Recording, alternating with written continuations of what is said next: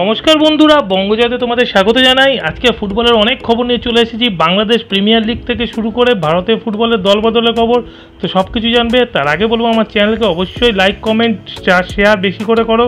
তার সাথে চ্যানেলে যারা নতুন এসেছো তারা সাবস্ক্রাইব করে বেল বাটনটা অন করে দাও, যাতে ফুটবলের সব নোটিফিকেশন তোমরা পেতে থাকো। চলো দেখে নিই আজকে কী খবর আছে তোমাদের জন্য। প্রথমেই আসি বাংলাদেশ প্রিমিয়ার লিগ ফুটবলের খবর। আজ বাংলাদেশ প্রিমিয়ার লিগ ফুটবলের ঢাকা মোহামেডান মুখোমুখি হয়েছিল বসুন্ধরা কিংসের, এবং এই ম্যাচে বসুন্ধরা কিংস ঢাকা মোহামেডানকে 2-1 গোলে পরাজিত করে। বসুন্ধরা কিংসের হয়ে জোড়া গোল করে ডোরি 19 এবং 52 মিনিটের মাথায়। ঢাকা মোহামেডানের হয়ে আবেদিন বাল্লু 65 মিনিটের মাথায় একটি গোল শোধ করে। 15 ম্যাচে 40 পয়েন্ট পেয়ে বসুন্ধরা কিংস লিগ শিরোপা জয়ের দিকে অনেকটাই গেল। ঢাকা মোহামেডান সেখানে 15 ম্যাচে 28 পয়েন্ট পেয়ে অনেকটাই পেছনে দ্বিতীয় স্থানে। আর একটু ভারতীয় ফুটবলে ফেরা যাক। আর ভারতীয় ফুটবলে এই মুহূর্তে খবর, চেন্নাই এনএফসি কিন্তু কথাবার্তা চলেছে তুর্কমেনিস্তানের ফুটবলার তুরসেনাবের সাথে।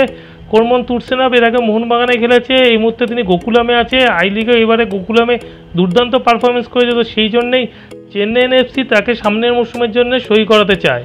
অপরদিকে বেঙ্গালুরু এফসির মিডফিল্ডার রোহিত কুমার 27 বছর বয়সী এই ফুটবলারটির সাথে মাঝখানে শোনা গেছিল ইস্টবেঙ্গল কথাবার্তা চালাচ্ছে, কিন্তু সব কিছু জল ঢেলে দিয়ে তার পুরনো কোচ সার্জিও লেবেরোর আন্ডারে তিনি উড়িষ্যা এফসি দলে খেলার জন্য কিন্তু সই করে দিয়েছেন, এবং আগামী মৌসুমে আইএসএলে উড়িষ্যা এফসির জার্সি গায়ে রোহিত কুমারকে কিন্তু খেলতে দেখা যাবে। মাঝখানে শোনা গেছিল নিন্থন মিতাই চেন্নাই এনএফসির ফুটবলারটির সাথে ইস্টবেঙ্গল তাতে কন্ট্যাক্ট করে ফেলেছে বা পাকা হয়ে গেছে, কিন্তু এই মুহূর্তে যে শোনা যাচ্ছে ইস্টবেঙ্গলের সাথে তার কোনো কন্ট্রাক্ট হয়নি, এবং ইস্টবেঙ্গল কিন্তু তাকে নেওয়ার ব্যাপারে এখন অতটা আর আগ্রহ আগের মতন দেখাচ্ছে না।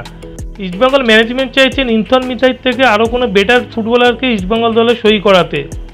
এবার একটু মুম্বাই সিটি এফসির মিডফিল্ড জেনারেল আপুইয়ার কথাতে আসা যাক। আপুইয়ার সাথে কিন্তু এই মুহূর্তে ইস্টবেঙ্গল মোহনবাগান দুজনেই কথাবার্তা চালাচ্ছে, তবে ইস্টবেঙ্গল কিন্তু আপুইয়ার যিনি এজেন্ট আছে তার সাথে কথাবার্তা অনেকটাই এগিয়েছে, কেননা আপুইয়ার যিনি এজেন্ট তিনি কার্লোস কুয়াদ্রাতোরও এজেন্ট, এবং ইস্টবেঙ্গলকে অনেক ফুটবলার দিয়ে থাকেন, তো তার সাথে কিন্তু এই মুহূর্তে ইস্টবেঙ্গল জোরদার কথাবার্তা চালাচ্ছে।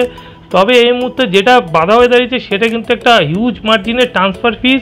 আপুইয়ার মার্কেট ভ্যালু এই মুহূর্তে 2.6 crore, আর তার ট্রান্সফার ফিস হচ্ছে প্রায় 3 কোটি, মানে বুঝতেই পারছো 5,60,00,000 টাকার মতন ইস্টবেঙ্গলকে দিতে হবে তাকে যদি দলে নেওয়া যায়।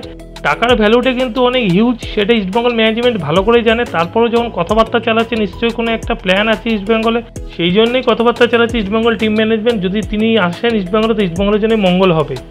অপরদিকে রিউমার বেরিয়ে আসছে জিকসন সিংয়ের সাথে কথাবার্তা চালাচ্ছে ইস্টবেঙ্গল। মাঝখানে শোনা গেছিল মোহনবাগান জিকসন সিংকে সই করাতে পারে, কিন্তু এই মুহূর্তে যা খবর মোহনবাগান তার ব্যাপারে আর কোনো ইন্টারেস্ট দেখাচ্ছে না, এবং জিকসন সিংও মোহনবাগানে আসছে না, এটা একদম শিওর হয়ে গেছে। তো সেই ফাঁকেই ইস্টবেঙ্গল কিন্তু জিকসন সিংয়ের সাথে কথাবার্তা শুরু করেছে। জিকসনকে নিতে গেলেও ইস্টবেঙ্গলকে কিন্তু হিউজ ট্রান্সফার ফি দিয়ে নিতে হবে। তো এখন দেখা যে দুটো ফুটবলার আপুইয়া জিকসন সিংয়ের মধ্যে ইস্টবেঙ্গল কাউকে তুলতে পারে কিনা। যদি কাউকে তুলতে পারে তো ইস্টবেঙ্গল দলের জন্যই মঙ্গল হবে। এখনকার মতো এইটুকুই। আগের ভিডিও যারা মিস করে গেছো তাদের জন্য ডেসক্রিপশন বক্সে লিঙ্ক দেওয়া থাকবে, লিঙ্ক ক্লিক করে তোমরা আগের ভিডিও দেখে নিতে পারো। এখনকার মতন গুড বাই।